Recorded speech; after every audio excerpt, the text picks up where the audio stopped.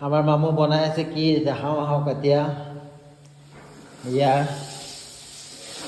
বটি আছে কিবা আদা ৰহুন আৰু পিঁয়াজ পুৰা পেষ্ট বনাই আছে আৰু এইফালে পটল ভাজি আছে আজি পটলৰ চব্জি হ'ব বঢ়িয়া আৰু এইফালে আপোনাৰ কিনিব পাই যে দালিৰ পকৰি দালিৰ বৰা এই দালিৰ বৰা এইফালে আলু আছে